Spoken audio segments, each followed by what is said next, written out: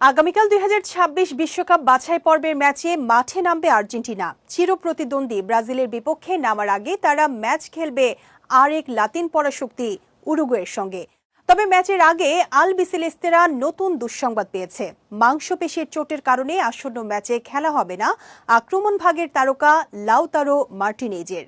এর আগে স্কোয়াড ঘোষণার সময় লিওনেল মেসির না থাকার বিষয়টি নিশ্চিত করেছেন আর্জেন্টাইন কোচ লিওনেল স্কালোনি।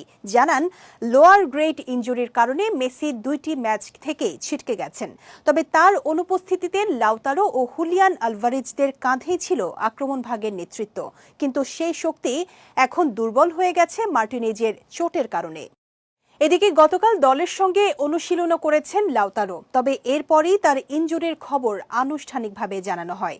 উরুগুয়ের বিপক্ষে ম্যাচে তার খেলা নিয়ে নিশ্চয়তা পেতে অনুশীলনের অপেক্ষায় ছিল পুরো দল, কিন্তু তার পক্ষে সেই ম্যাচ খেলা সম্ভব হচ্ছে না। তাই এবার নাম্বার 9 হিসেবে আর্জেন্টিনার আক্রমণভাগে আলভারেজকেই নেতৃত্ব দিতে দেখা যাবে। লাউতারোর অনুপস্থিতিতে স্কালোনি দলের ফরওয়ার্ড লাইন আপ নতুন করছেন। এক্ষেত্রে নিকোলাস গঞ্জালেসকে রক্ষণে গুরুত্বপূর্ণ ভূমিকায় দেখা যেতে পারে।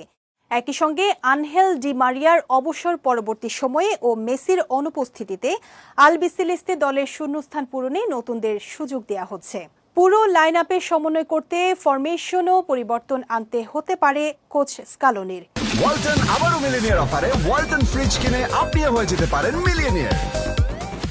4-4-2 ফরম্যাট অনুসারে মিডফিল্ডে রদ্রিগো, ডি পল, এনজো ফার্নান্দেজ, অ্যালেক্সিস ম্যাক অ্যালিস্টারদের সঙ্গে যোগ দিতে পারেন লেন্দ্রো পারদেস, গঞ্জালেস ও আলভারেজ। এছাড়া তরুণ ফরওয়ার্ড থিয়েগো আলমাদা কিংবা আনহেল কোরেয়াদেরও দেখা যেতে পারে থার্ড অ্যাটাকার হিসেবে। তবে শেষ পর্যন্ত 4-2-3-1 ফরমেশনও বেছে নিতে পারেন কোচ স্কালোনি।